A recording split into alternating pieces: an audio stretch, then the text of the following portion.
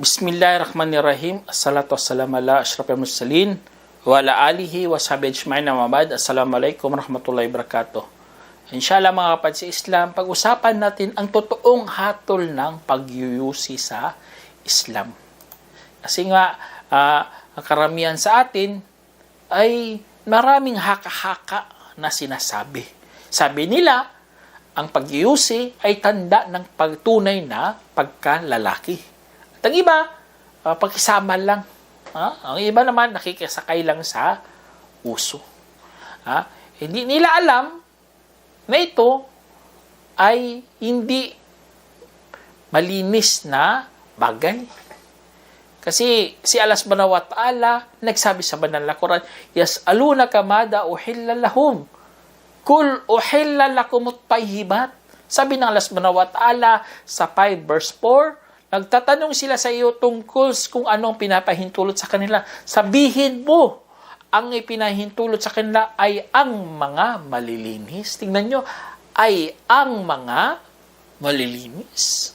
Malilinis lang po mga kapatid na dapat nating kunin. Ang sigarilyo ay isa sa mga pinapasok po ito sa mga marurumi. Katulad ng sabi ng Allah, walakum wa yuhillu lahumut tayyibat wa yuharrimu alayhimul khaba'ith. Sabi ng Allah sa 7 verse 157, at nagpapahintulot sa kanila ng malilinis at nagbabawal ng marurumi. Kaya, iwasan natin ang sigarilyo, ang pagyuyusi. Kasi nga, marumi po yan. Siyempre naman, nakakaano nga yan, nakakaubo nga yan mga kapatid. Kasi nga, wala talaga mga kapatid. Walang magandang makukuha sa paninigarilyo o sa pagyuyusi. At hindi sila, ang mga naninigarilyo, hindi nila nararamdaman po ito mga kapatid. Kaya dapat alamin natin ano talagang hatol ng pagyuyusi sa Islam. At alam po natin ang pagyuyusi tungo talaga sa kapahamakan. Mapapahamak ka lang mga kapatid. Kaya tinatawag itong slowly killer. Unti-unti kanyang pinapatay. Kasi nga kahit sa sa lalagyan ng sigarilyo may nakasulat doon danger, panganib sa kalusugan. Kaya mayroon talaga panganib, mapapahamak ka lang kapatid. Kaya stay healthy, di ba? Dapat manatili kang malusog. Malayo ka sa cancer, sa heart disease, o may sa brain failure, o ano pa. Kaya tingnan nyo mga kapatid, merong 32 years old nag-donate ng kanyang baga. Chain smoker siya . Kaya ng hospital, nakita nila, itim na itim talaga ang baga. Kaya ni-reject yun, tingnan nyo, dinonate niya ng kanyang baga. Dahil sobrang itim, dahil sa paninigarilyo, ni-reject siya. Kaya, tingnan nyo, marumi talaga mga kapatid. Kasi nga, bakit naging maitim ang baga mo kung hindi malinis yan? Marumi talaga.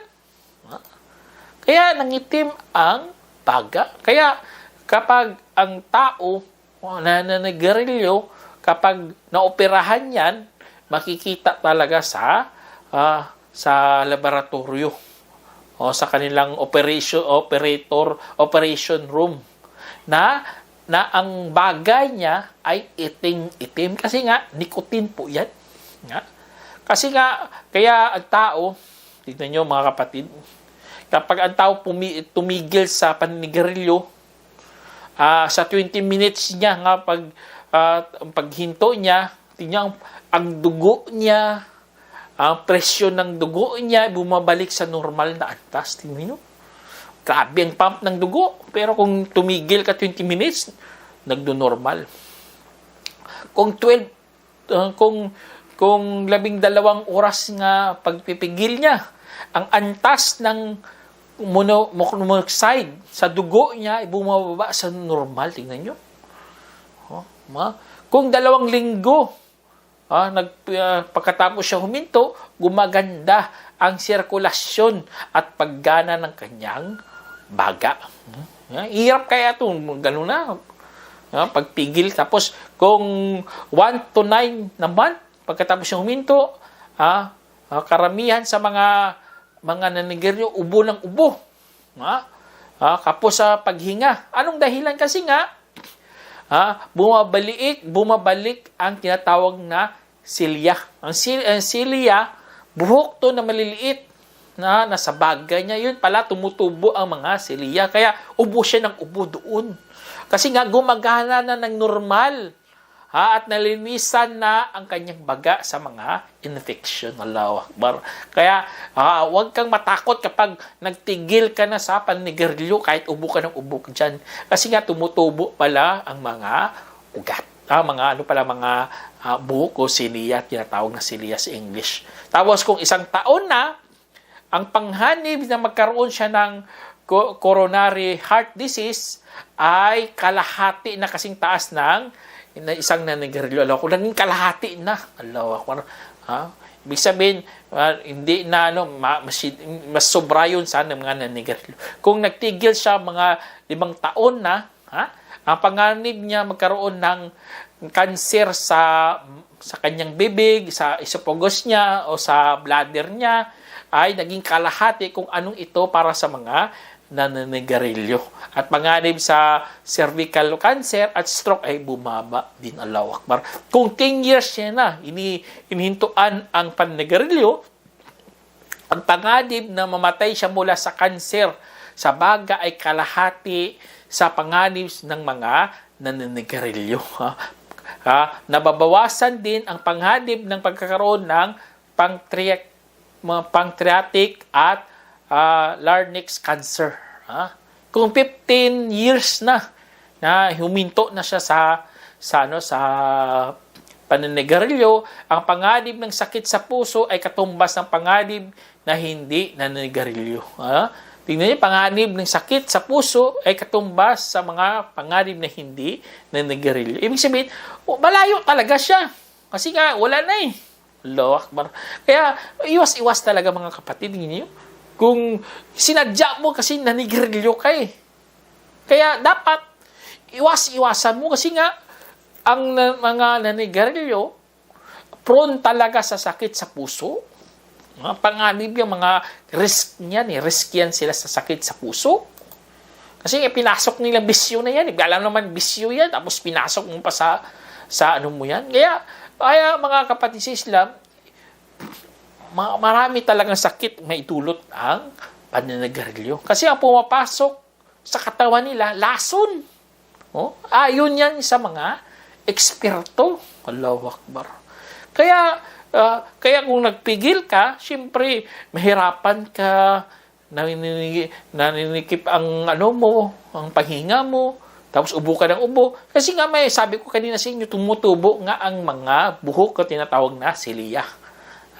Kaya kung bata ka pa nanigarilyo, nagsimula nanigarilyo, malaki talaga panganib na magkaroon ka ng cancer o magkaroon ka ng heart disease. Kaya iba umiiwas sa panigarilyo, pumupunta sila doon sa e-cigarette na tinatawag na vaping o electric cigarette. Alam nyo, meron nangyari na anak ni Jake Wilson na si Justin, na ang edad 25 years old sa Portland, Oregon. Si Justin, hindi na siya nanigarilyo, pero lumipat nga siya doon sa electric cigarette o vaping. Ang nangyari, nagkaroon siya ng likido sa baga niya. May liquid doon sa baga niya. Galing sa mga electric cigarette na nagdulot ng karamdaman sa kanyang baga. Allah mustaan.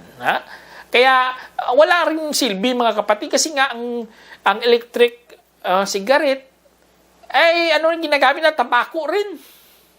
At alam naman natin yung tabako, may nicotine yan. Nakaka-addict kasi yan, may lasa. Ha? Kaya, danger pa rin yan mga kapatid. Basta mayroong tabako. Kahit magsisya ka dyan. Ang shisha, tinatawag yan sa English na hookah. Ha? O ang iba, tinatawag na humble bubble o gusa.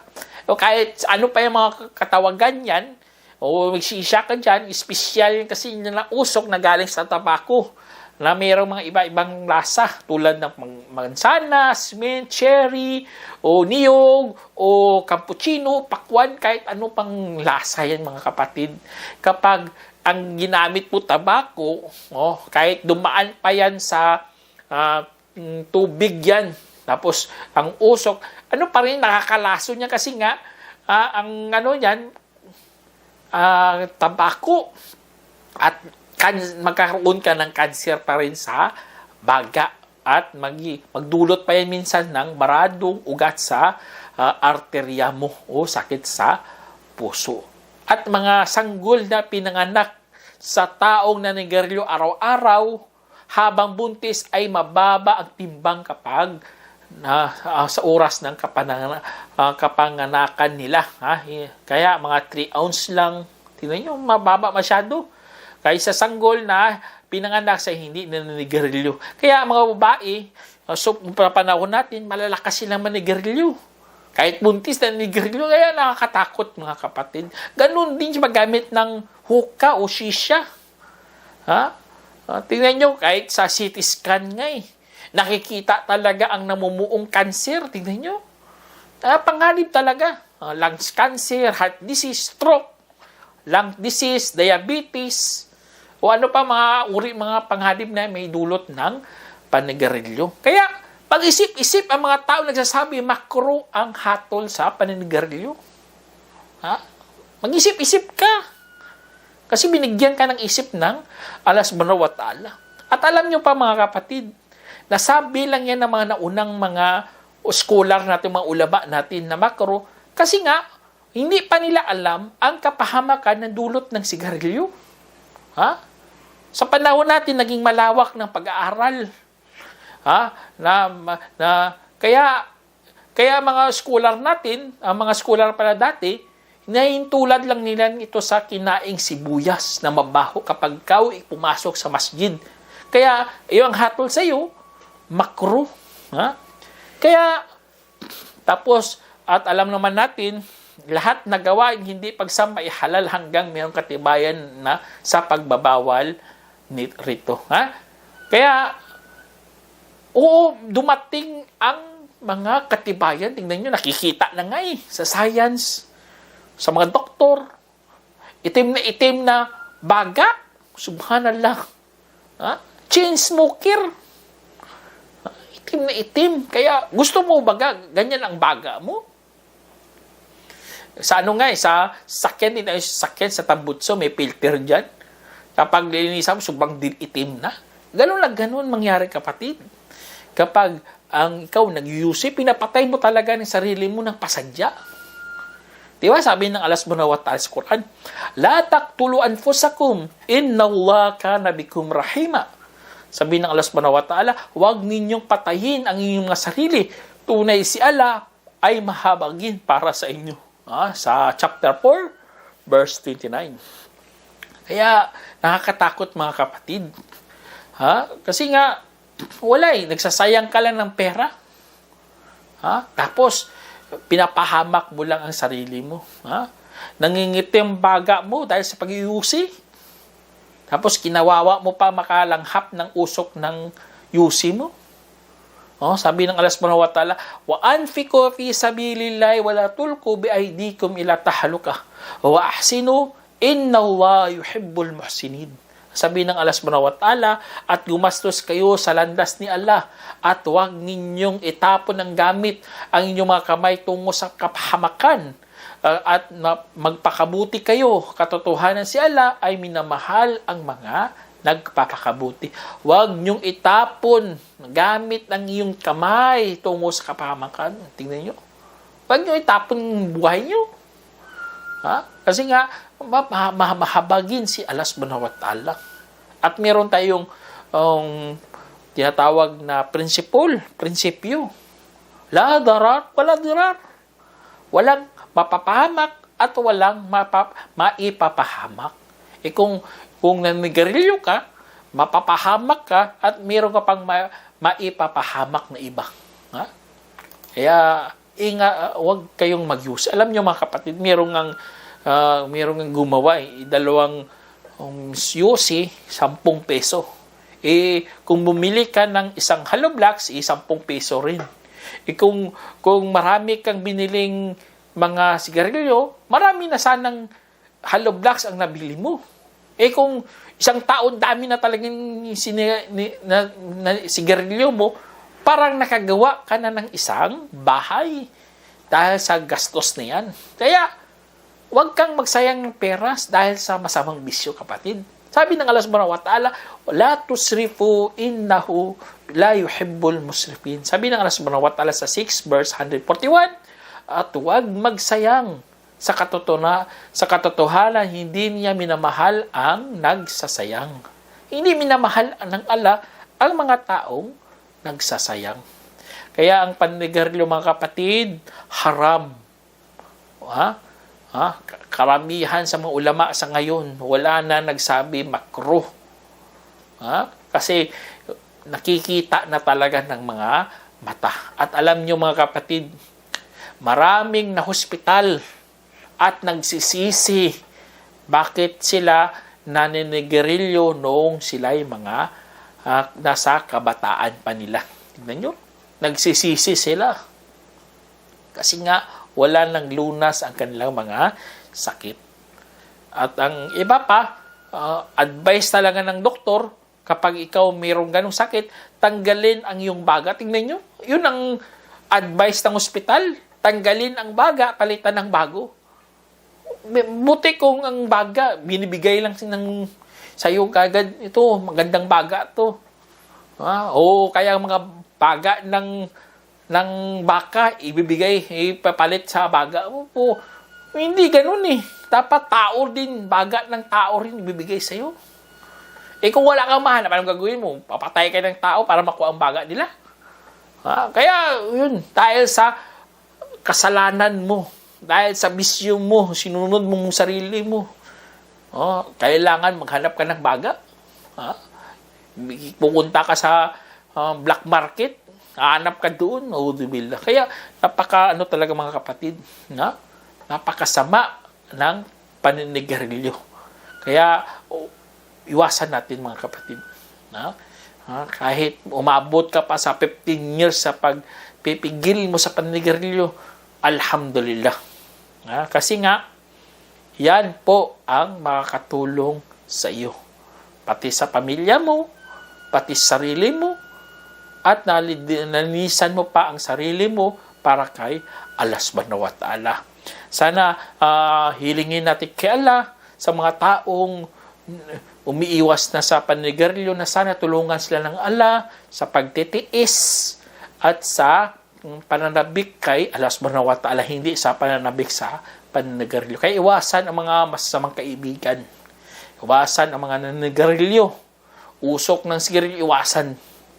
Kasi nga, mayroon akong nakita sa balita na ang tao na yun nagtatrabaho sa opisina. Hindi siya naninigarilyo. Nagulat siya na nagkaroon na siya ng lung cancer. Tinanong siya, bakit nagkaroon ka ng lung cancer kung hindi ka naman naninigarilyo? Sabi, kasi nga, nasa loob ako ng office at ang office na yun, merong maraming mga naninigarilyo. Kaya ang buga ng usok ng sigarilyo, siya mismo ang sumasalo. Kaya yun, ikaw pa ang natamaan ng lung cancer. Kaya mga kapatid, maawa po tayo sa paligid, maawa din sa mga anak natin, maawa din tayo sa mga asawa natin na huwag ka talaga manigarilyo. Iwasan mo. Tapos ang sigarilyo, napakabahaw yan kapatid. Kinakainan mo lang ng candy para maging mabangong hininga mo o nilagyan mo ng perfume. Ibabaho ka pa rin kapatid. Tapos marami ka pang tartar sa ngipin mo. Kaya masamang epekto talaga ang panigarilyo. Ngita ko nga, ang ngipin niya, may tartar. Hindi siya makatawa kasi itim na itim ngipin niya. Kasi nga, siyempre bagay yan eh. Ihip-hip ka pa ng hip-hip dyan. Alam mo, bawal yan. Kaya, sana tulungan tayo ng Allah. Hanggang dito lang po. Assalamualaikum warahmatullahi wabarakatuh.